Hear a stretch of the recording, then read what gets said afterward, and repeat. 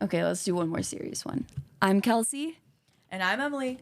And this is a Trial by Podcast. I like that last one. Fucking killed it.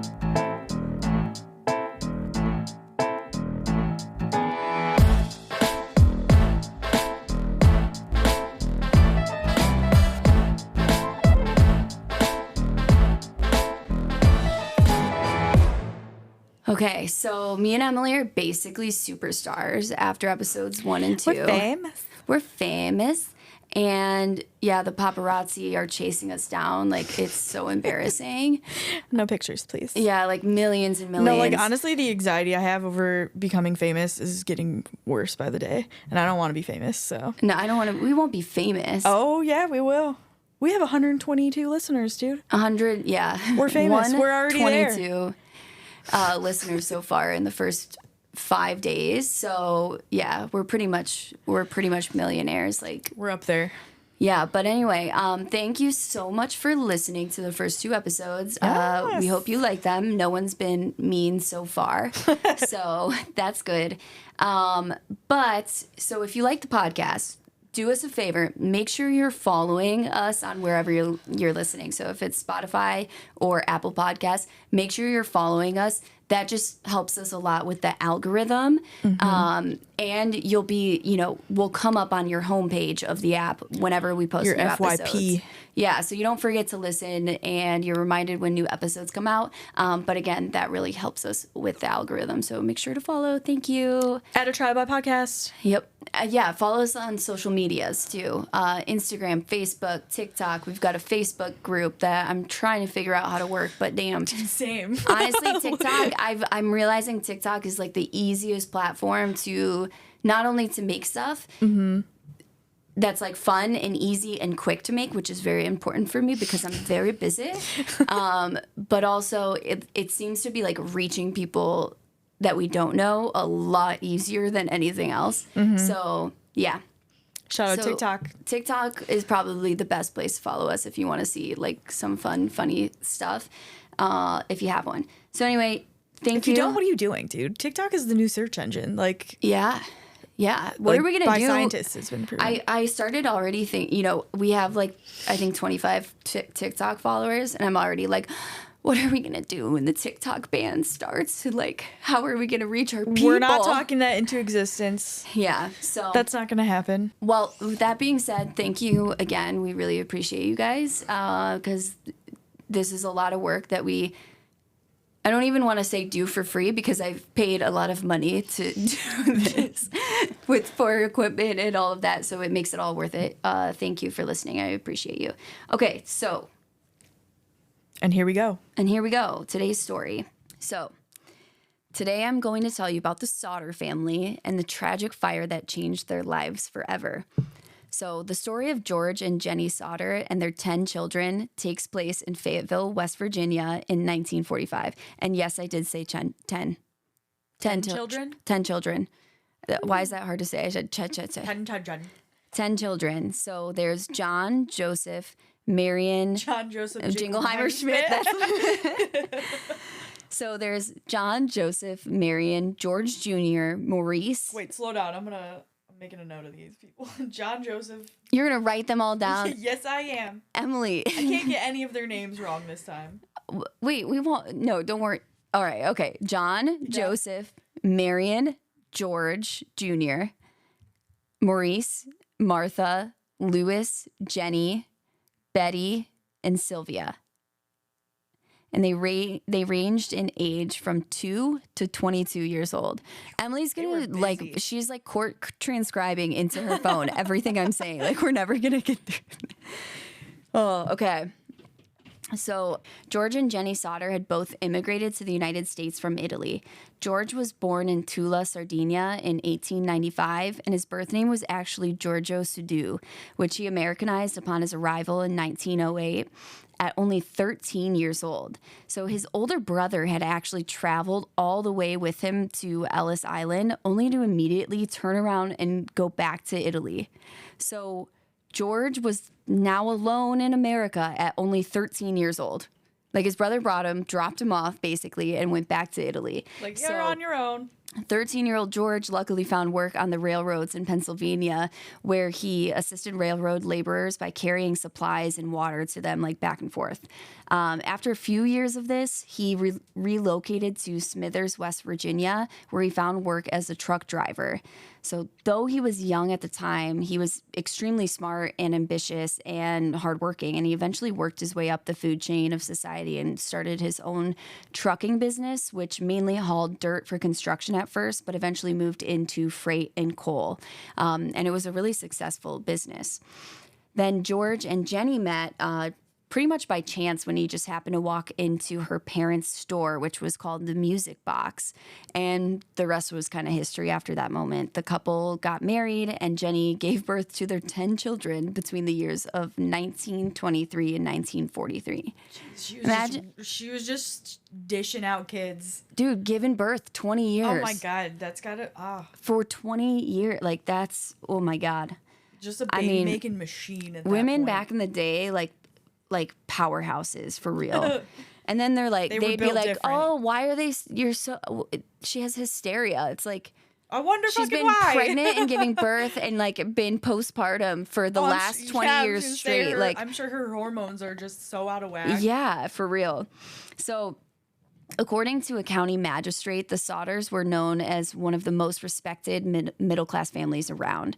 Now, despite this, there was some tension between George and the community because they lived, like their local community was like an Italian immigrant community.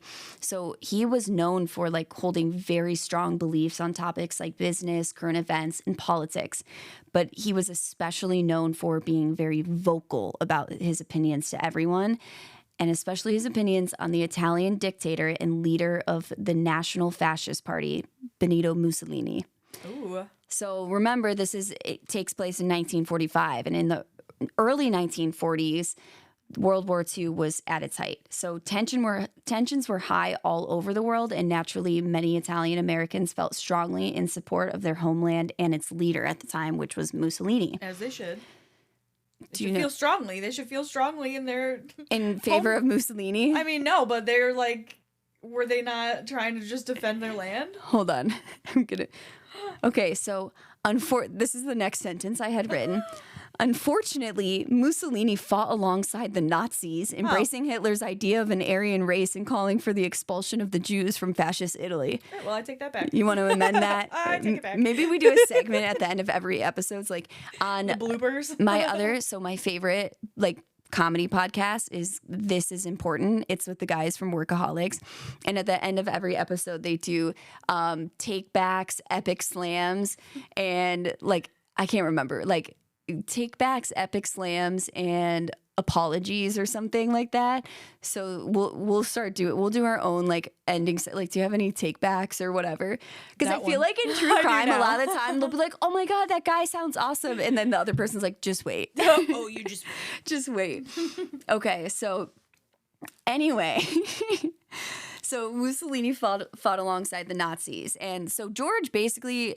Go George, because I see what you're saying George though. Jr. Like people were in support of like their country, and you know it's hindsight is 2020. But they're like, George, okay, the leader of our country should know what's best in protecting our country. Right. So we're gonna stand with him. Yeah. So it wasn't until July of 1943, when it had become evident that Italy was on the losing side of the war, that Mussolini was actually voted out of power. So now let's say, okay, go Italy. Okay, they voted him out. They figured it out. Maybe they didn't do it soon enough, but he was voted out of power. Now, of course, Mr. Adolf Hitler immediately came to his rescue and transported him to a German-occupied region in northern Italy, where he led the Nazis in the extermination of thousands of Italian Jews.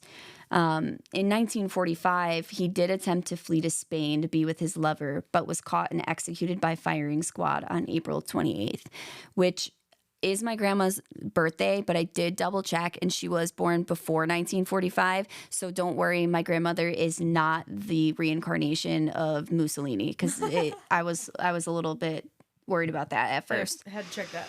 Now, in addition to being on the right side of history, George was also a dedicated family man, which I guess is a good thing to be when you have 10 children. I mean, I would hope you're a dedicated family man. But like most families across the world, the Sodders were greatly looking forward to the Christmas of 1945, especially because this is the first Christmas after the end of World War II, which ended on September 2nd, 1945. I'm sure everyone was excited for that Christmas. Yeah, everyone was like, we're about to ball out this Christmas. And I'm sure, probably a sad Christmas for a lot of people too, because, so many people died in the war. But, a lot of people, I'm sure, had their family members home for the first time in a long time for Christmas. So on Christmas Eve, George and Jenny celebrated with 9 of their 10 children. So their oldest son, Joe, was actually in the military and he wasn't able to make it home for the holiday. But the rest of the kids were there, and I'll kind of go through, the events of that day of Christmas Eve, just so you can kind of get an idea of like what the dynamic was like going on with the kids and how everything led up. So the oldest daughter, Marion, had worked at a dime store during the day, and she came back with surprise gifts for 3 of her younger sisters. Wait, what did you say? A dime store? A dime store. I tried to look. I think it's just like it's like a kind of like a convenience store. Oh, okay. But like I think without a gas station. It's like a dollar store, but a dime store then. In that. Oh my God. Right? Yes. Is it just it's just a dollar store. Right. But dime Soon store. we're going to have the $20 store. Oh, like that's God. what no, Five Below.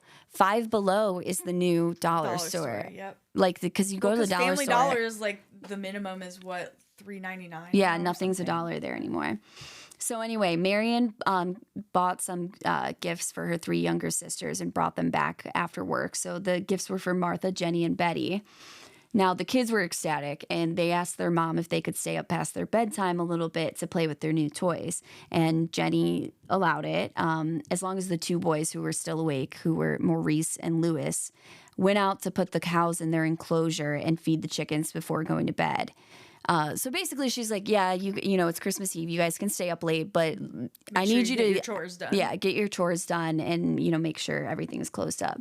Now, just so you know, like at this time, while they're having this conversation, George and the 2 oldest boys that were there, they were already in bed. They had actually like worked that day, so they're already upstairs. We got our and chores asleep. done. We're gonna go to bed. Right. So before Jenny headed up to bed around 10 p.m. with the youngest child, Sylvia, who was 2 years old, Jenny reminded the kids, okay, do those chores, but also make sure before you go to bed, you need to close all of the curtains, lock the doors, and turn the lights off, which is something normally Jenny would do every night, but she wanted, if they were going to be up, they needed to do it. Yeah, like put the house to bed. So Jenny goes to bed, and then around 12:30, the phone rang, and it woke her up. So she goes downstairs to answer the phone, and the voice on the other end was unfamiliar. It was a woman, but she didn't know who it was. She didn't recognize the voice. And the woman was asking for a name that Jenny didn't recognize. She told the woman that she just must have the wrong number, hung up, and went back to bed. Now, I bring this up, like a lot of people debate whether or not this call is suspicious when it comes to what happens later this night. But I did find online that this caller was eventually tracked down, and she confirmed that she just had the wrong number. So a lot of people are like, did this, was this woman a part of it, or like, what happened? But like, I what a really, coincidence. yeah, I really don't think it's related at all. Yeah. But I wanted to bring it up just because every time I hear this story, like people talk about it. So I just felt like we got to mention it. Now, after Jenny hung up the phone, she realized that all the lights were still on and that the curtains were still open. So she's frustrated by this, and she goes, She's like, God damn these kids. These 10 children, they're going to kill me. So frustrated, she went to turn everything off and close the curtains. And this is when she noticed that Marion was sleeping on the couch. She kind of just figured she must have fallen asleep there by accident before all the kids, like all the other kids, headed up to bed. So in order to understand what happens in the story, like you need a good idea of like the layout of the house. So basically, this house is like 3 stories. So there's the ground floor, and I think it's probably a pretty big fucking house because there's 10 kids. Well, So I think they had a basement too, but I'm assuming, you know, back in this time, it's not like a basement where people are, you know, it's like you store like like a finished foods and basement. it's cold. Yeah. So they had the basement, then on the first floor, and Marion's sleeping on the couch. She doesn't see any of the other kids around, so she figures they went up to bed. So then there's a second floor where George and Jenny and the baby slept. Okay. And then the two oldest boys. I don't know if they had their own rooms or they shared a room or what that looked like, but then all of the other kids slept in the attic. Like their room was the attic, and you know, they had a bunch of beds in there. Yeah. So like she's like, oh, while I was asleep, they went upstairs and went to the attic. Mm-hmm. So anyway, she sees Marion there. She turns everything off. She just decides, I'm going to let Marion sleep down. You know, she's already asleep on the couch. I'm not going to wake her up to go to bed. And she heads back upstairs and goes back to sleep.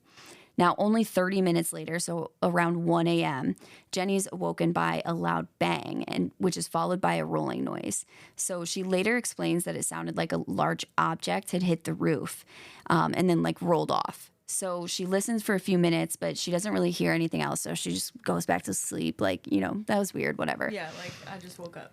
Now, another 30 minutes go by, and she's awoken for a third time, but this time by the smell of smoke. And by the way, I like that every time. It's like every 30 minutes, like loud things are happening, and she's the only one. I'm like, her husband, Yeah, like who else? I'd be Nobody else rolling has been over, hearing smacking this? my husband, like, get up. Yeah, like go check that out. Like, go answer the fucking phone. Yeah. But anyway, so this time she wakes up by the smell of smoke. And so she gets up to investigate immediately. And she goes downstairs and she finds that George's office like is on fire. Like there's a big fire in there. And it seemed to be kind of concentrated in one area of the office. Now, Jenny immediately like runs back upstairs and wakes up George and the two older sons.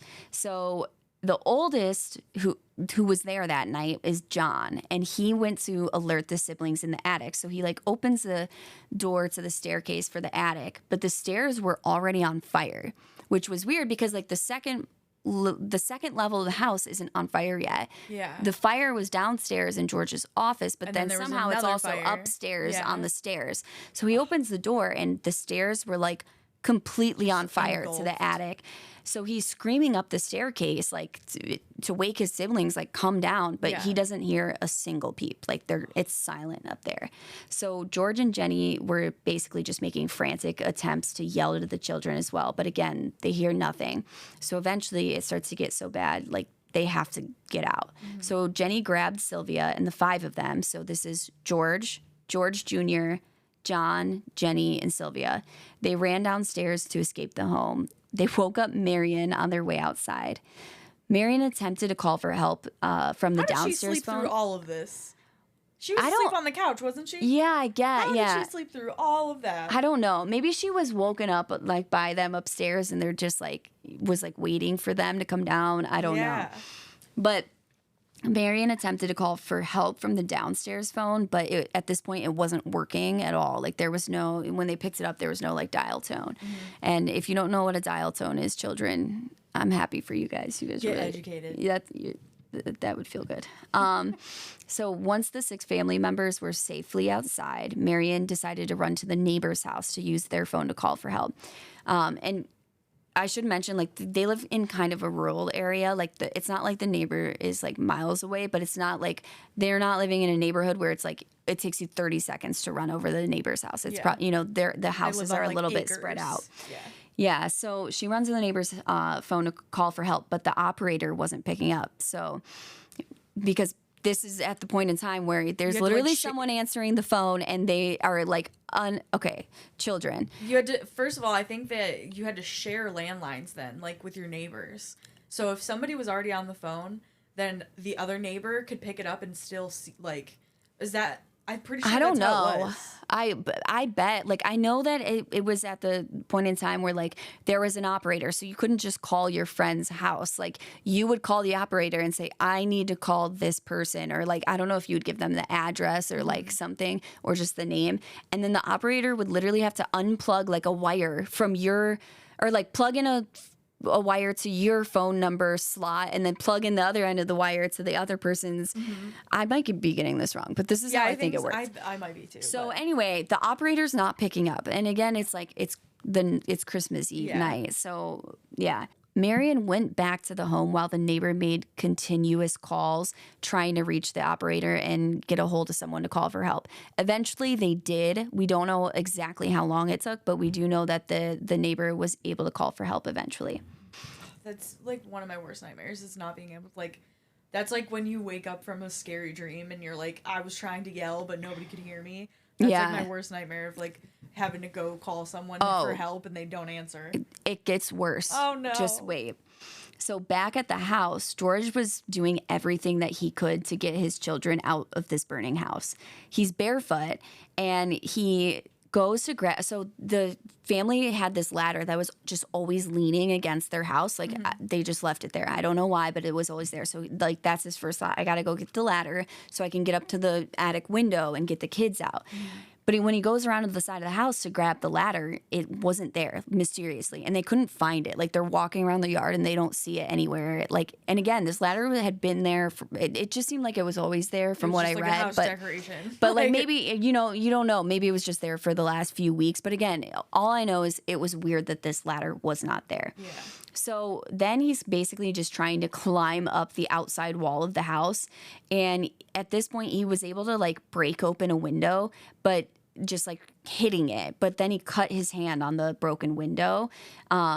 And he couldn't even get inside the window because of the flames. And he wasn't able to climb all the way up to the attic window anyway. So even if he did get back in the house, like he couldn't have gotten to the attic. So at this point, he's like desperate. He's bleeding from his hand. He's barefoot. And again, this is December. It's cold out.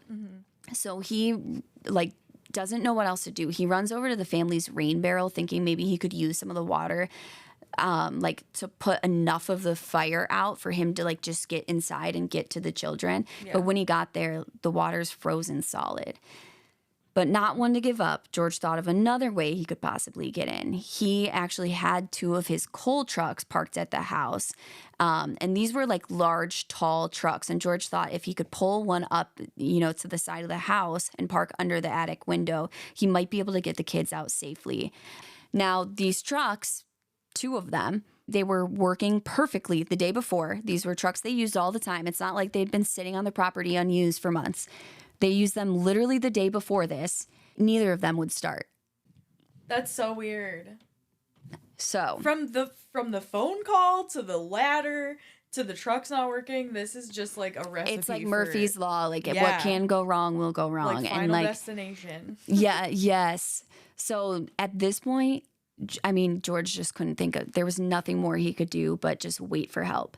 So over the next 45 minutes, George, Jenny, and 4 of their children watched their home burn completely to the ground, presumably with the other 5 children inside. Now, how the fuck was the fire department not there yet? It's been burning they've been outside for 45 minutes. Well, they didn't arrive until 8 o'clock the next morning, which is about 7 hours after they had received the call. The fire department At that had point, received was there the call any for house help. left? I mean, No, oh my god. the house basically like was gone. yeah, and Probably we'll get just into the rubble. details, but like basically it was basically just like the foundation or the basement like that stuck into the ground, just filled with ash. Oh my god. Like that's how bad it was. There was nothing left. So now, the fire chief, who is F.J. Morris, explained the next day that the delay was due to a few factors. So, firstly, the fire department was low on manpower due to the war, and also the fact that it was Christmas, like a lot of people were off. Yeah. Secondly, I guess they operated on a phone tree system at the time, which basically meant whoever was at the station to receive the calls would individually call like a certain group. So like let's say I don't know. Like they were like on call and Yeah, then they so, would like- call them to come and Yeah, so basically he would call one person to come and then that person would call another person to come and then that person. But remember, it's not like they're getting in the car and calling on their cell phone. It's Yeah. like they're calling the operator and whatever and then they're leaving and they're waiting for all these people to arrive. Yeah. So It's a he's process. saying like that took some time as well. And I just have to say bad 7 system. hours? 7 hours. Yeah, that's what I'm saying. Like, first of all, bad system. Why why aren't there more? And the thing is, it's hard with this type of case where it happened so long ago. it's so You don't old. know like how many people were actually at the fire station. Like, but I'm like, this is a horrible system, Right. system. But he also said that they were apparently like that he was apparently unable to drive the fire truck himself, which makes me think he was the only one at the station because he's saying, well, I couldn't drive the truck. I had to wait for the other. And also, you're the chief. Why can't you drive the if truck? you're the chief, you should be the only one that could be driving the truck, you know? Like, out of anyone, you should be the one that could drive it. Yeah, like I don't weird. understand that. It sounds like a lot of like, oh, well, we have this system in place, but we did all these things, and it was like an oh well type of thing. Yes. Like, oh well. They're like, we just couldn't get there in time. Yeah, but that's like if it took you 30 minutes to get there with like, all of that stuff. Yeah. Like, and also 7 I don't know how hours. far the fire station was. Like, again, it's rural, but like, dude, 7 hours, like there's nothing you could even, I feel like, make up unless there was like some crazy explosion or like bomb going off that you had to tend to first. But like, that's not the case. Now, the other interesting thing that I found was that one of the responding firefighters was actually Jenny's brother, which is so weird. And that makes it even weirder because wouldn't he be like, oh my God, that's my sister's house? That's what I'm saying.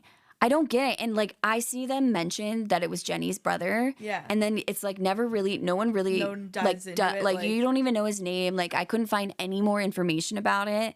And it's one of those things too, where like, as I'm researching these cases, like you see a lot of like conflicting things. And I'm like, well, was it really Jenny's brother? Yeah, like, because is why that wouldn't there be true? more information about that? I don't know.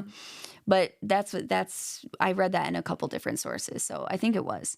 Now, once they had finally arrived to the fire, like, which again, the fire had only burned for 45 minutes. It takes them like 7 hours to get there. So the fire had already been out for hours, and there wasn't really anything that they could do except to search the ashes of the home. Yeah, which see like what the cause was. Yeah. If there's any survivors. Yeah. And the ashes were, again, just basically piled in the basement, and they're just searching the ashes for the children's remains. It's like, at this point, everyone's like, these They're looking kids. for dead bodies. Right. Yeah. Or just bones, I guess, at that point. Yeah. There's probably nothing left. Yeah. So by 10 a.m., Chief Maurice informed George and Jenny that they weren't able to find any bones, saying that the fire must have been hot enough to burn their bodies completely. So they couldn't find any bones, any bone fragments, anything like that. Only 4 days after the fire, George disobeyed the fire marshal's orders to leave the site untouched. So basically, like, the fire marshal was like, don't mess with the ashes. Like, we have to do a more thorough investigation. But George did not listen, and he ended up bulldozing 5 feet of dirt over it to create a memorial garden for the children, which is just 4 days, though? Mm-hmm. Which I is mean, just sad. I get it, but they even said, like, we didn't find any bodies or bones. Yeah. That's wild. Exactly. Now, a day after George does this, the coroner held an inquest which determined that the fire was caused by faulty wiring and must have started in the fuse box on the first floor, which was near George's office. George found this odd, though, because he had actually had the electrical in the house rewired recently after they had installed a new electric stove. So the new wiring had to be inspected by the local electric company. So they had just done an electrical inspection, and they told them everything was safe. So he was like, how could this be faulty wiring? Yeah, it's not an electrical fire. Right. So a coroner's inquest was held to determine the cause of death of the children, and basically just to make like an official ruling that, okay, these children died in this fire, and, you know, they need that to be done for death certificates to be written and everything like that. Yeah. In the case of the Sodder family, basically the coroner brought in a jury to listen to witnesses who were like the people that investigated the fire, just to determine what happened to the Sodder home and like what the next steps were. And, you know, this is where like if there was foul play, they would rule that and things like that. So interestingly, George actually knew one of the men that was chosen for this jury. I guess apparently this man, whose name I couldn't find, had actually visited the home about 2 months before the fire. And he was a life insurance salesman who went door to door. Now, Red flag. Yeah. Or instant red flag. If like- you know anything about true crime, anything to do with life insurance policies, instant red flag. Right. And by the way, I think that's just true in general, like life. First of all, life insurance salesmen, no. Scummy. Bad guys. Bad guy. I just bad guys. And sorry if you sell life insurance, but I a new just career. there's something about it. Okay. So this guy was a life insurance salesman, but he's a local guy, and this is a small community. So George knows this guy. And basically the guy's going door to door. He comes to the Sodder family home and is trying to get them to buy life insurance. And George declines the guy's offer. He's like, we don't need it. According to George, when he declined the man's sales offer, he told George that his house would go up in smoke and your children are going to be destroyed. And then he told George that this was because of all the dirty remarks you've been making about Mussolini. So basically, this guy's like a fervent Mussolini supporter and hates George. Then he's like trying to sell life insurance and George is denying it and whatever. But he literally said, your house is going to go up in smoke and your children will be destroyed. Oh my God. Which seems like an overreaction in my opinion. Like, I don't know how you guys sorry, feel. I don't need life insurance. Well, okay, but your house is going to burn and so are your kids. Yeah, like, so that's fine. I'll just murder your 10 children, like, because you don't want a life insurance policy. Yeah, yeah. Interesting. And because you don't like Mussolini. Yeah. So a little sus Yeah. that then the house went The up in biggest smoke red and the children flag, were yeah. destroyed. So on December 30th, death certificates were issued for the 5 children, and George and Jenny, unfortunately, were too grief-stricken to attend the funeral, but the other children did attend. So, Oh, that's so sad. yeah, and you kind of think, okay, case closed there, but it wasn't long after the fire that the Sodders began to question everything that happened. They started to get the more they thought about it and looked into and started to investigate things just on their own, the more that things weren't adding up. Now, the first thing that really just did not sit right with them was the lack of bodies. So, like I mentioned before, the fire chief told the family that there were absolutely no remains left. But the Sodders found this unbelievable. They found it strange because they saw, like, after the fires, some of their kitchen appliances were found in the basement and they were burned, but they were still recognizable. They were like intact, yeah. So they're like, how could the appliances still be, like, we can tell what it is, but like There's bones, no bones, yeah. would be completely gone. For 4 children too, like what, or 5, right? 5. There's 5. 5, yes. So, and Jenny had also read about a similar fire that killed a family of 7 around the same time.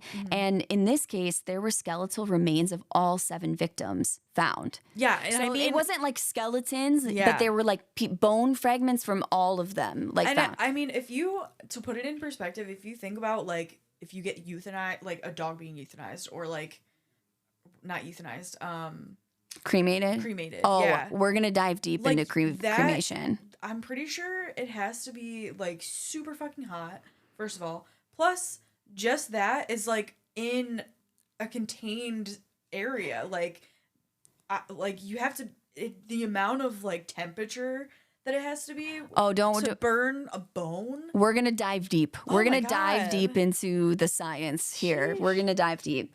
Now, Jenny even began like conducting her own experiments, burning animal bones, trying to test the theory to see if bones could turn to ash completely. But in her experiments, they never did. Now, of course, she's like, I'm not a scientist. So Right. eventually she reached out to a crematorium employee who explained to Jenny that the bones remain after cremation, during which the bodies are burned for between 2 and 2.5 hours at 2,000 degrees Fahrenheit. And again, And that's in a controlled area. That's not Right. like out in the open. Right. That's not in like a big field. That is in a closed like metal thing or whatever. Yeah. Like an oven, basically. Yes. Now, in every single report I could find, it was stated that the Sodder home only burned for 45 minutes. So during cremation, they're burned for between 2 and 2.5 hours, and there are still bones left over. Yeah. And the home was only burning for 45 minutes. Now, the other thing that I found is that the average house fire usually burns at about 1,200 degrees Fahrenheit. So that's 800 degrees less than like the cremation fire. And for them to not find any, like, absolutely no remains from all 5 of the kids, like I could see if it was like, oh, well, the first couple, like, there was absolutely no evidence that they were in the house at all. Right. And this is the thing is, like, I could understand if they said, okay, we found some bones, but, like, we don't know if it's, like, from, like, which child or, like, whatever, because it's just fragments, so we can't see the size or whatever. Yeah, but they said they didn't find anything. They said they didn't find anything. Now, I do question the length of the fire a little bit. Again, everything I read said 45 minutes, but I question it just because Jenny said that she had heard something hit the roof around 1 a.m., which we'll go on to discover, like, that's where the Sodder family believes the fire was started, like, from something hitting their roof. And she wasn't awoken by the smell of smoke until about 30 minutes after hearing something hit the roof. So if we think that's what started the fire, that would mean that the fire burned for only another 15 minutes after the family woke up, if it was 45 total. Right. So I really think that what the family means is, like, it was 45 minutes, like, from them, like, they watched it. Like, looking at it. So let's be devil's advocate and say, okay, let's assume what the report means is it's 45 minutes after the family woke up. Let's add on that extra half hour from when she heard that noise. That's still only an hour and 15 minutes, though. Yeah. And cremation, again, is 2 to 2.5 hours. Well, I mean, yeah, and including the time that they took to go tell the neighbors and try to go upstairs and call the kids down, like, that's got to be more than 15 minutes, you know? Now, the other thing, like, just diving a little bit deeper into cremation is, like, even after cremation, there are usually enough skeletal remains left that you'd be able to determine sex even when the bodies are, like, burned at those high temperatures. Like, you can still do some sort of, like, testing on those. That's how much bone is left. Yeah. And, like, one thing I found that when I was researching this that I didn't know before is that, like, the ashes that they give to your family after cremation aren't actually ashes, like, because your body, like, your organs and stuff, like, they don't burn to ash, like, they kind of, like, melt. They just, like, break down. What the ashes are that they give to your family are actually the bones, that they take the bones afterwards and they, like, crush them. And that's what the ashes are. Oh my God. So I found an in-depth explanation on how cremation works on howstuffworks.com. Probably not the best source, but again, I'm not a investigative reporter. I'm just out here doing my best. So trigger warning for this, because it is extremely graphic. And I honestly, if you have ever had a loved one close to you cremated, I don't recommend, like, just skip like 30 seconds or maybe a minute, because I don't know that you'd want to hear this. So this is the next couple paragraphs. These are like a direct quote from howstuffworks.com. So they said, once the door is sealed, the body is subjected to a jet engine-like column of flame aimed at the torso. The heat ignites the container and it dries the body, which is composed of 75% water. As the soft tissues begin to tighten, burn, and vaporize from the heat, the skin becomes waxy, discolors, blisters, and splits. The muscles begin to char, flexing and extending limbs as it tightens. The bones, which are the last to go, become calcified as they are exposed to the heat and begin to flake or crumble. Now, the average human body takes from 2 to 3 hours to burn completely and will produce an average of 3 to 9 pounds of quote-unquote ash. So once the body is completely burned, the chamber is then cooled and the cremated remains, which are often still recognizable as human skeletal remains, are swept with a long-handled hoe or wire bristle broom, that's a tongue twister, into a tray. And then a powerful handheld magnet is run through the ash to pick up metal parts left behind, such as fillings, plates, and hip replacements, which can interfere with the grinding process. The metal parts are disposed with other biological material or recycled. The bones and remnants are put into a grinder or cremulator that uses ball bearings or rotating blades like a blender. The remains are pulverized and poured into a plastic-lined container or an urn of the family's choice. So if you skipped for the trigger warning, I think it's now safe at this point. But yeah, so basically it's the bones are the ashes. So the fact that, like, there's literally not even a probability of them not finding any bones at all, pretty slim to none. Right. But I'm also like, well, maybe they didn't look that hard because they just assumed, like, okay, the kids were in the attic, the whole house burned. Full bodies, probably. Like, maybe they just assumed, like, well, we know what happened. We don't need to, like, go looking for a 1-inch piece of bone. But obviously, those are your fucking children. You want that. I'd be like, yeah, I need to know if they were in the building or not. Because at this point, they still don't know. They never saw them.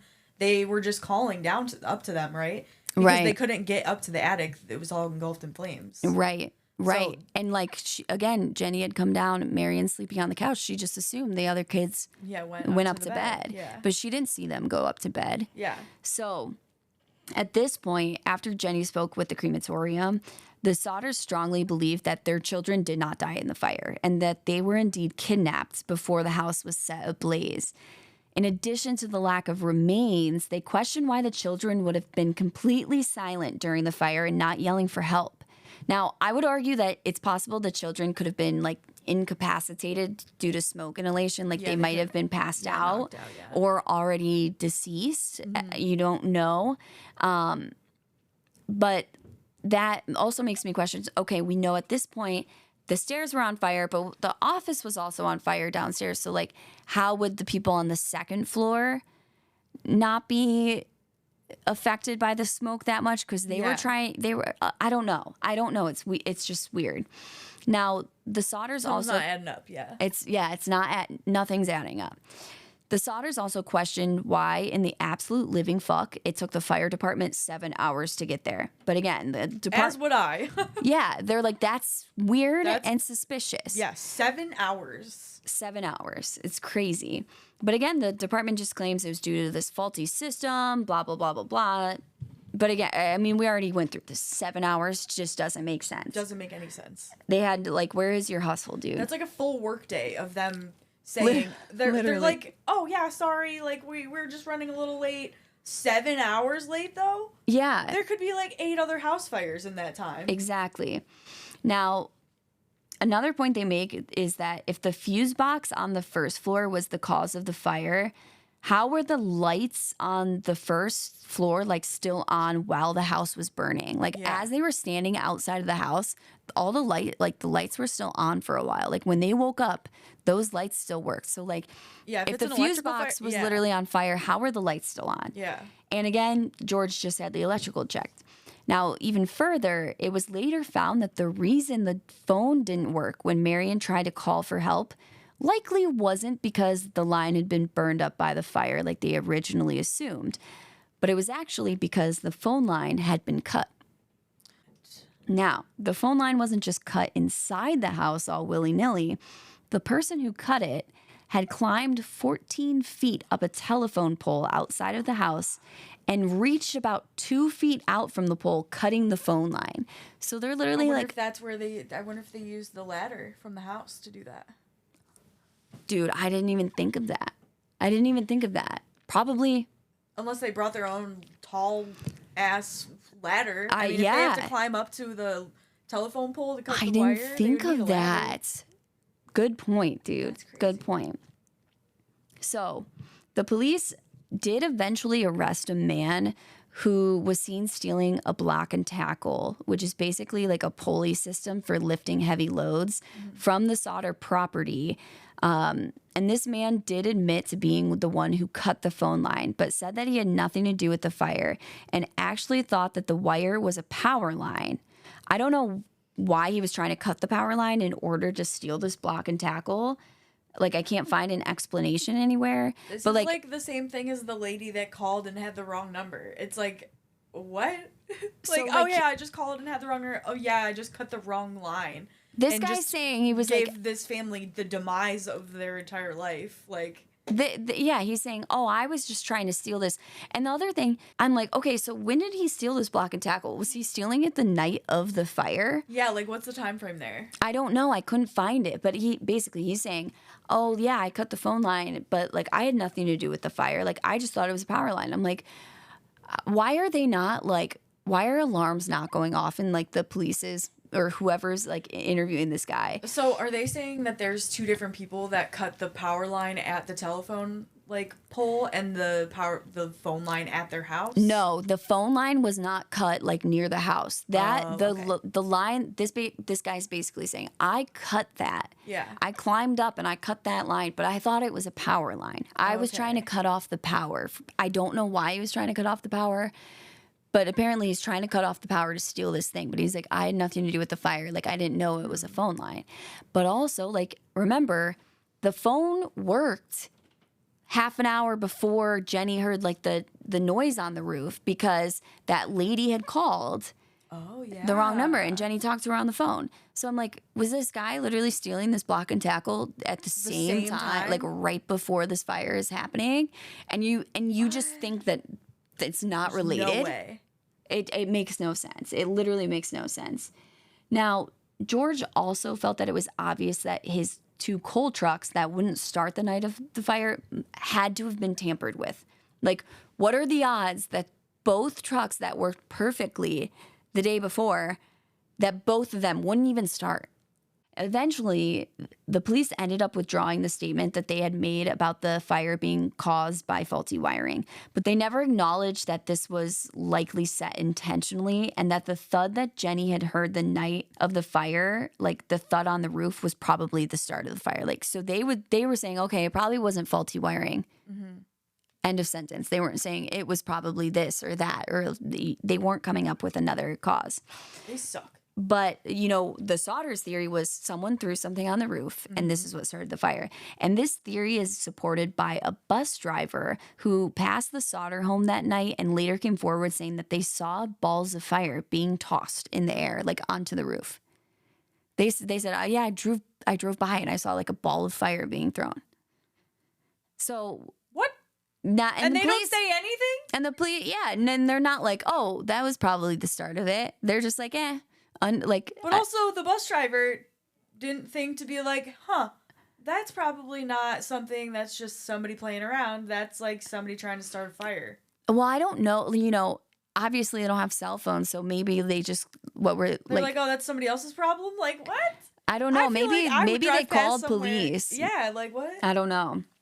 Now, according to a 1968 article by the Charleston Gazette-Mail, about 3 months after the fire, Sylvia, who was the youngest Sodder child, was playing near the house when she found a hard rubber object, military green in color and hollow with a twist-off cap, in the yard.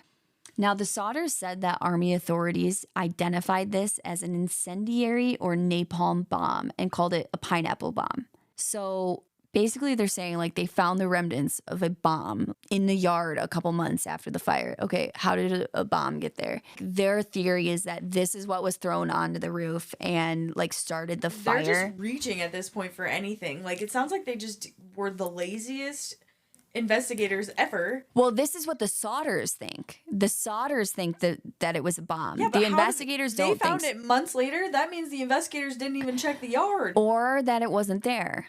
We don't know. That's true. But my question is, like, if it was really a bomb, wouldn't there have been like some sort of explosion that woke them up? And like, I did look up this pineapple bomb like style, and they do like explode. It's not like just something that like go. Not like just like a fire that just like. Right. So I don't know. Like, or if Jenny heard the thud, wouldn't she have heard something? I don't know. Now, also in support of the theory that the children had been kidnapped, there were some witnesses who claimed to see the kids after the night of the fire. One woman who was standing outside watching the fire that night claimed that she later saw the children in a car that like drove past her home. She didn't see who was driving, but she said that she saw the like kids in the back seat of the car. Mm-hmm. Now, another woman who worked at a rest stop diner between Fayetteville and Charleston told the police that she had served the kids breakfast the morning after the fire. And of course, like, she didn't know this at the time until she saw pictures of the kids later. She also noticed a car with Florida license plates parked in the lot that day. Now, a third woman who worked in a hotel in Charleston claimed that she had seen 4 of the 5 children in her hotel only a week after the fire. She told the police, quote, "The children were accompanied by 2 women and 2 men, all of Italian extraction. I do not remember the exact date. However, the entire party did register at the hotel and stayed in a large room with several beds. They registered about midnight. I tried to talk to the children in a friendly manner, but the men appeared hostile and refused to allow me to talk to these children. One of the men looked at me in a hostile manner. He turned around and began speaking rapidly in Italian. Immediately, the whole party stopped talking to me. I sensed that I was being frozen out, and so I said nothing more. They left early the next morning, end quote. So the Sodders ended up hiring a private investigator, C.C. Tinsley, to look into the case. What a name. Dude, literally, my next sentence I wrote was, boy, what a name. Like, that's the perfect name for a PI. Right? PI C.C. Tinsley on the case. CC's here, y'all. Tinsley was actually the one who had informed the Sodders that the man who had threatened George, like the life insurance guy, had served on the coroner's jury. Like, so they didn't know about that until they hired C.C. Tinsley. He's the one that found that out. And of course, George is like, well, this guy hates me. Like, he shouldn't be serving on this. Smoke and unalive my children. Yeah. Now, George told Tinsley about another odd encounter that he had, which was when a man had come to the house seeking work as an electrician. And basically, this guy went around to the back of the house to check out the fuse boxes and warned George that they would cause a fire someday, which of course struck George as odd since he had just had the house rewired for the new stove and he had already had the electrical looked at. Yeah. And they said it was good. And this electrician who's just kind of trying to sell his service. Yeah, trying to give his work. So to me, this is well, maybe the inspectors didn't do a good job and the house Really it was dangerous. Yeah. And this guy was telling the truth, but I think what the Sodders think is maybe this guy was messing with the fuse box. Tampered it and fucked it up.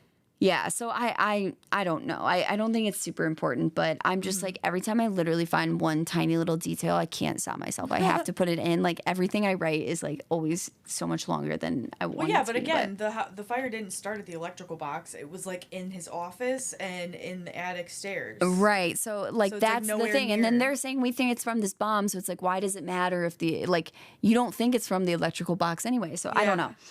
Now, the older sons mentioned to Tinsley that they had also noticed a strange car parked along the main road near their house and that the people inside the car seemed to be watching the Sodder children closely as they walked home from school one day, which is pretty creepy, but it never really turned into anything solid for Tinsley to go after. Now, Tinsley did hear a rumor that despite Chief Maurice's final report that claimed no remains were found, that Maurice had actually told his minister during confession that he had found something, a heart, and he had decided to bury it in a box at the site. So Tinsley, yeah. That's fucking wild. And you find a heart and you're like, oh, all right, I'm not going to say anything, but maybe the respectful thing to do is to bury it and not fucking tell anyone. And how are there no bones left, but there's a heart? A heart? So Tinsley and George went to the remains of the home and they started digging and they were able to dig up a box. And when they opened it, there was an organ inside. What? So they take it to the mortician for examination and the mortician found that it was actually the liver of a cow. What the fuck? And had never been exposed to fire. So basically, and this is what Maurice allegedly. What the fuck? She just found a liver from a cow. Oh, this looks like a heart. Maybe it was one of the kids' hearts. I'm gonna bury it. No, because it had never been exposed to fire. It was just he got the liver of a cow, put it in a box, buried it at the scene, and allegedly he told the people in town that he buried it there hoping that the Sodders would find it someday and that it would help them finally accept that their children had died in the fire and bring them closure. And who was this guy? This is the fire chief. What the The one that can't drive the fucking fire truck. Yeah, the one that's oh, yeah, sorry. We just had a really busy night and couldn't get to you in 7 hours. We're sorry. Yeah, we were a little late. Ugh. Yep. Fire him. Yep. Yeah. Fire that fire chief. Seriously. Now, frustrated by the local authorities' disinterest in finding his children, George reached out to the FBI for help. So J. Edgar Hoover, who was the director of the FBI at the time, responded to George's letters with the following statement. He said, "Although I would like to be of service, the matter related appears to be of local character and does not come within the investigative jurisdiction of this bureau." So he's basically like, well, you're shit out of luck. There was Sorry. nothing they could do because it was a state case. It wasn't a federal case. But he did add that if the local authorities requested the assistance of the FBI, they would send agents. But of course, the Fayetteville Police and Fire Department refused to do this. Now, in 1949, which is 4 years after the fire, George convinced pathologist Oscar Hunter to supervise a dig of the ruins of the house in search of new evidence. During this search, several small bone fragments, which were eventually determined to be human lumbar vertebrae, were found at the site. So they did end up finding bones. They found vertebrae, yes. Okay. Now, the bones were sent to the Smithsonian Institution, where they were examined by specialist Marshall Newman. Newman reported that, quote, "Since the transverse recesses are fused, the age of this individual at death should have been 16 or 17 years old. The top limit of age should be about 22, since the centra, which is normally fused at 23, are still unfused," end quote. That's crazy how they didn't tell that from bones. Right, exactly. Now, the oldest of the missing Sodder children was Maurice, who was 14 at the time of the fire. So it is possible that Maurice was a little beyond his years in growth and that his bones could appear to be within the low end of this range, which was like they were thinking it should be 16 to 17 years old, Right. but up to 22. It's possible that Maurice's bones could appear to be within the low end of this age range, but Newman stated that the bones showed no signs of ever being exposed to fire, and that he found it strange that these were the only bones found, since a wood fire of such short duration should have left full skeletons of all the children. Right. So this is like a specialist from the Smithsonian Institution saying there should have been full skeletons. That and these bones have never come across fire. Yes, like it's just odd because when my I first God. read that they found bones, I was like, oh, I think the Dude. kids did die in the fire. But then it's like, I feel like you have to be able to tell that they were the bones were exposed to Yeah. fire or not, I mean, they would have to have some sort of like if they discoloration didn't or like find dryness. any other bones but this one bone, and it's not charred. It's not like that's wild. It is Like, there's wild. no fucking It is way. wild. So Newman's report concluded that it was much more likely that the bones were in the dirt that George had used to cover up the site to create the memorial garden. Like that these were just old bones that were in the dirt and like it had nothing to do with the fire is what he thinks that's more likely. Again, I mean, weird. it's seeming that way, to be honest. Now, not only is this convincing to us, but this report was convincing to the FBI, who, after the report was filed, decided to take on the case, claiming jurisdiction over what was possibly an interstate kidnapping. So basically, the FBI, like, they have no jurisdiction over, like, any criminal acts that happen, like, in one state by someone in that state or whatever. But in kidnapping cases, they always have jurisdiction because they could times move like from state to state. exactly, and it's very common apparently in kidnapping cases. So at this point, like the FBI, they're convinced like, okay, it's pretty possible like that the kids were not in that house, and Dude, hell yeah. so they took it on. But after 2 years of investigating the case, they dropped it due to a lack of any leads. They couldn't find anything leading to these kids.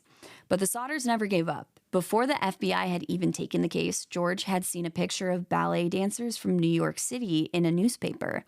And one of them he thought looked identical to his daughter, Betty. So he then decided to show up at the girls' school unannounced, demanding to see her, to see if he could see if it was his daughter. Oh, that's so sad. Yeah, so sad. And like the school didn't allow him to see the girl. And Well, I have to, good job. Yeah. Good job, school. Yeah. But yeah. Could you imagine the trauma that girl would have went through if they let him see her? I mean, it Like, would just you're my been daughter, creepy. you're my daughter. Yeah, it would just like I would be But traumatized. it's just so sad. Like, He's like looking for anything for his because I because doubt he has no closure. I There's doubt that absolutely was, no you closure. know, even if the kids were kidnapped, it's like they're not going to be putting them in ballet class and letting pictures of the kids be in Yeah. the newspaper. It's like, Yeah. it's just, they're like searching for anything and just, it's heartbreaking. That sucks. So in 1952, the Sodders put up a billboard where the house once stood with pictures of the 5 missing children, offering a $10,000 reward to anyone who had information that led to the whereabouts of at least one of the children. George had traveled all over the country trying to follow up on leads that came out of this billboard. He went to St. Louis, Missouri, when a woman claimed that she had seen Martha in a convent there. He went to Texas when someone drinking at a bar claimed to have overheard 2 fellow patrons discussing their role in a Christmas Eve fire in West Virginia years earlier. When he heard that a relative of Jenny's who lived in Florida had children that looked very similar to his and Jenny's children, he went to Florida and stayed until the relative proved to George's satisfaction that the children were not his children. Oh, this guy just like devoted his entire life to finding his kids. Yes, Oh and my gosh. this was interesting because one of the like women who said that they saw the children after the fire from the diner said that like she saw a car with Florida license plates in the parking lot that day, which was unusual. You know, she didn't normally notice that. So like, I think that George thought, okay, maybe this was like Jenny's family or whatever. Yeah. So in 1967, George did return to Texas with his son-in-law, who was named Grover Paxton, after a woman from Houston wrote to the family claiming that she had met Lewis, who would have been about 31 at this point, at a bar, and that he had drunkenly revealed his true identity to her. Now, based on their conversation, she wrote that she believed that both he and Maurice, who would be 36, so she thinks that basically she's saying that, hey, I met this guy at the bar. He's drunk. He told me I'm actually like a missing person, whatever. And she's saying that he told her that he and Maurice, who's 36, were living in Texas together. So they were unable to track down this woman after they arrived in Houston. Like, she was just nowhere to be found all of a sudden. Yeah. But with the help of local police, they were able to find the 2 men that they believe she was referring to. Now, these men vehemently denied being Lewis and Maurice. So Paxton and George returned home empty-handed. Paxton said that despite their denials, George spent the rest of his life questioning if those 2 men were his missing sons. Oh my Because like he met them and he saw them, but at this point they're so much older, like you he's just like, don't I even have know. No idea. No, that's And I feel like he has been doing that with every, like even with the little girl in the ballet. He's like, oh my god, that looks just like my daughter, like, and it wasn't. So I'm sure that he's probably just like, okay, like there's no way, like this is probably another one of those situations where. Yeah. They could be, but they're probably not, you know? Yeah, exactly. Now, that same year, Jenny found an envelope in the mailbox with no return address. And when she opened it, there was a letter addressed to her. But she has never disclosed, like, what this letter said. Still, I assume it must have been very convincing, as the Sodders later referred to it as the most credible evidence that proved that Lewis was still alive. With the letter, she also found a photo of a man who was around 30 years old who she thought looked just like Lewis. He had dark curly hair, dark eyes, a strong nose, and an upward tilt of his left eyebrow, just like Lewis did. She found written on the back of the photo, Lewis Sodder, I love brother Frankie, Lil Boys, A90132 or 35. I don't know. Okay, so there's a few important things about this photo. So the first thing is, whoever is in this photo, whether it's Lewis Sodder or not, is an absolute fucking dreamboat. Oh. I mean, my God. Like, you look up a picture of him. Just look up the Lewis Sodder photo. Okay. Oh. Yeah. He's a good-looking dude. Not a bad-looking guy.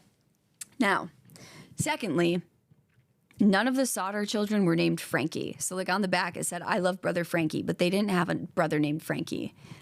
Now, the last thing was that the Sodders had no idea like what those numbers meant. No one knows. They seemed to just be completely random. Still, the Sodders felt so strongly about the man's resemblance to Lewis that they hired another private investigator to go look for the man. The envelope had been postmarked in Central City, Kentucky. So this is where the new PI, supposedly headed to start his investigation. Unfortunately, after leaving, the PI was never seen or heard from again by anyone in West Virginia. So did something happen to him, or did he take their money and run? It was really the question. Yeah, no one knows. So it's like, okay, maybe he went looking for him, they murdered him and whatever, or maybe he was just a piece of shit and stole their money and took advantage of this mourning family. Exactly. So after this, they redid the billboard to add this new picture of Lewis. So in entirety, the billboard read, quote, "After 30 years, it is not too late to investigate. On Christmas Eve, 1945, our home was set afire and 5 of our children, ages 5 through 14, kidnapped. The officials blamed defective wiring, although lights were still burning after the fire started. The official report stated that the children died in the fire. However, no bones were found in the residue, and there was no smell of burning flesh during or after the fire. What was the motive of the law officers involved? What did they have to gain by making us suffer all of these years of injustice? Why did they lie and force us to accept those lies?" And then there was like an asterisk that said picture number 6 received in 1967. Lewis, one in the same, now in another state. So like they had 2 pictures of Lewis. Mm-hmm. Now, about a year later, so in 1969, George Sodder passed away. Jenny and the children who survived the fire continued to seek out answers for the rest of their lives. John, who was the oldest of the Sodder children and was the one that was like away in the military at the time of the fire, refused to talk about what happened to his siblings, except to say that his family needed to accept it and move on. So he believed that they just died in the fire and that it was accidental. Jenny, however, never moved on. From the day of the fire until the day she died in 1989, she wore all black in mourning of her 5 children. Oh, I literally just got chills. Me too. Isn't that so sad? That's so sad. I mean, for both of them, they literally devoted their entire lives to figuring out what happened to their 5 children. And I feel like I don't have kids, but I've always heard that, like, parents know when their kids are... It sounded like they just knew that something happened to them, but they weren't dead. You know what I'm saying? Yeah, exactly. And then they spent their whole lives, and they had to die not knowing what happened to their kids. Yeah, exactly. So sad. So after Jenny's death in 1989, the billboard was taken down by the remaining children, but they did continue to investigate. Now, they theorized that the Sicilian mafia may have been involved. They thought that maybe the mafia was trying to extort George for money and that maybe someone who knew what was going to happen to the house had actually like snuck in and taken the children in an attempt to save them. Or maybe they had been taken when they were outside with the animals. Because remember, before they went to bed, she was like, go outside. I think it was like feed the chickens or something. Yeah, it was like do your chores and put the animals to bed. Like, yeah. You know. So they were thinking, okay, well, maybe like they go up to like start this fire or whatever, burn the house down, and they see the kids outside and they're like, all right, let's scoop up these children. Them, yeah. I don't know. Now, they thought like the surviving children thought it was possible that the missing children had never been found because they were actually taken back to Italy.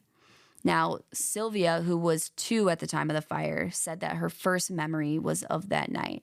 She said she would never forget her father bleeding from breaking the window or the deafening screams of her family as they watched the house burn. She never gave up on trying to find out what happened to her siblings until her death in 2021. Oh my God, so this whole family just died not knowing what happened to the rest of them. Yeah. That is so sad. Yeah, exactly. So, I don't know. What do you think? Do you think they were taken or do you think they died in the fire? I don't think that they died in the fire. Okay. I don't think that they died in the fire. I have no idea what happened to them. I think the latter is weird. The You know ladder what I being gone didn't is mention? weird. Okay, you know, I made a mistake, guys. I made a mistake. I forgot to mention they did eventually find the ladder. Like, I think it was 1 or 2 days after the fire. It was laying in a ditch near the home. Like, I think it was like 100 meters from the home or So it something could've just, like that. blown away. I don't know, like 100 meters. That's like 300 feet, I think. I don't know. But it wasn't like it wasn't gone. It wasn't like someone took it with It was them. still on the property. It was still there, but I don't think it could have just blown away. I don't know. A ladder, I could see it blowing over, but once it's on the ground, how is it really going to like blow away? Yeah. So I don't know. It's just, I don't know. I kind of believe the theory of the Italian mafia because that does explain why they didn't find any other but trace of the also kids. like they don't ever give any evidence of like why that like George was being threatened or had anything to do with the Italian mafia. Yeah. Like, I mean, yeah, but the life insurance guy. yeah, that's what I'm saying. He knew about it. He was like, "Oh, well, your kids are gonna die in flames," and like what? And then they mysteriously 5 of them die in a house fire. Yeah, that is crazy. That is crazy. And the thing is like, I don't know. My natural inclination is to go, okay, we don't know what happened.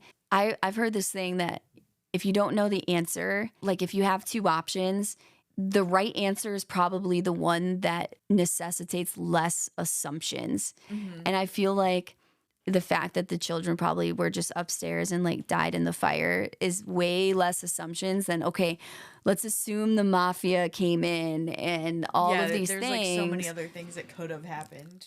Yeah. So I don't know. Like, I do think it's odd that the only bones that they found, you know, were convincing enough to the FBI to get them on the case, you know, that they weren't in a fire. So I don't know. It's just, but it's one of those things that like this case is just like a mystery for forever. No one will ever know at this point, I think. Nothing like new has come out of it. Like, no. they still don't know. That's crazy. Yeah. I mean, yeah, Sylvia passed away in 2021 thing. and I don't know. I still can't get over like all of the things that happened up until then. Like the phone call from the lady that just like happened to call the wrong number a half an hour before their home mysteriously caught on fire. Like she got up and that's why she noticed Marion on the couch. And what really confuses me, this is what like really, I'm so confused by this guy who came to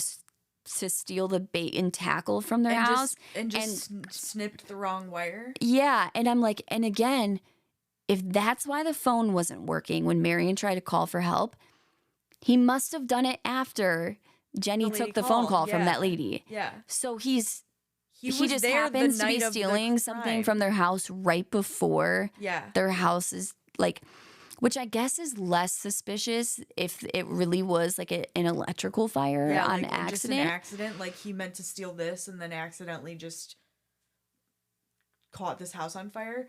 But then again, like how did the fire? They still don't I know didn't how think the about fire that. started. If it could. Because they admitted that they don't think it was from the fuse box. Mm-hmm. So, but they never said Jenny like. was like, yeah, it looked like it all started in George's office, and then she goes up to the 3rd floor by the attic stairs, and that's where most of another fire was. So it's like, I don't know. And then the banana bombs or whatever. What did you call them? Pineapple bomb. Pineapple bombs. The banana bomb. I like that. I like banana bomb more. Yeah, me too. Yeah, it's like, what is that doing there?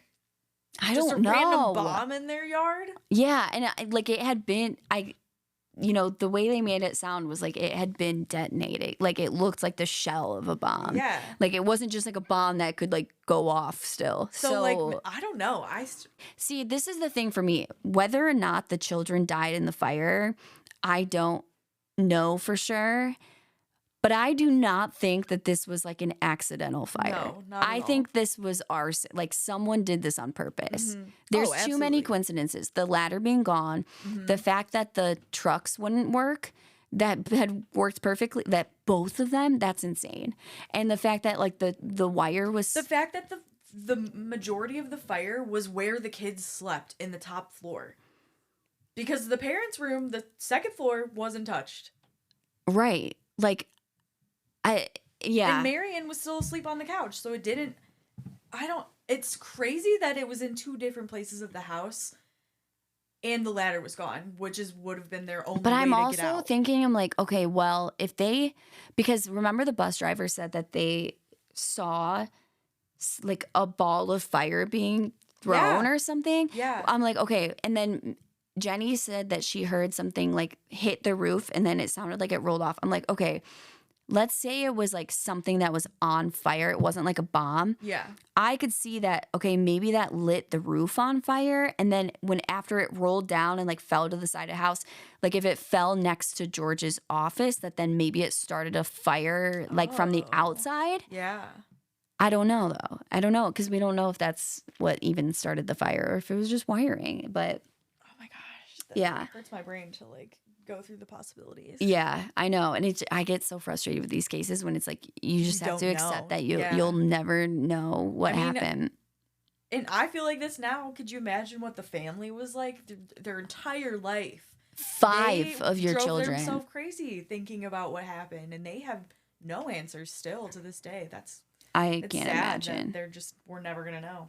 Yeah, I can't imagine. But I think we can. What we learned from this one is never give up, dude. Never. And if you hear a thump on your roof, go fucking check that shit first. Yeah, that's yes. That is a good point. Always check on your kids. Yeah, and not blaming Jenny Sodder at all. We're just talking about how we can better protect ourselves and our families. Okay. Hearing this case, don't cancel us, like, mom and dad, because I know you're the only people listening. But, yeah. Okay. Emily, any take backs? Anything you want to take back? Maybe about Mussolini? Italy supporting Mussolini. Yeah, I would like to take that back. Okay, yeah. So just so you guys know, not a great guy. Yeah, like in case Emily ever runs for president, like don't pull this clip. She doesn't support Mussolini. Okay. I don't know about politics. I don't follow it. That's okay. I want to do some more like historical stories. I think are super interesting and sometimes like a little bit lighter because it's not like families are still alive. Like. So, anyway, you can email us at atrialbypodcast@gmail.com. Follow us on Instagram at atrialbypodcast. Follow us on TikTok at atrialbypodcast. And I haven't made the Facebook page yet, but it's probably going to be at atrialbypodcast. And I still have to get my brother to make us a website. So one day. But I do have like lists of references and everything for all these episodes. So once we do get the website up and running, I'll put those on there as well. But and you should also add that picture of the supposed Louis Sodder. Yeah, look up that photo of Louis Sodder. What a dreamy guy. Yeah. Even what a if babe. he's not Louis Sodder, he's a good looking dude. Yes, he is. All right. Thanks, everybody. We got to think of a better way to end this. That's less awkward. Bye. Bye.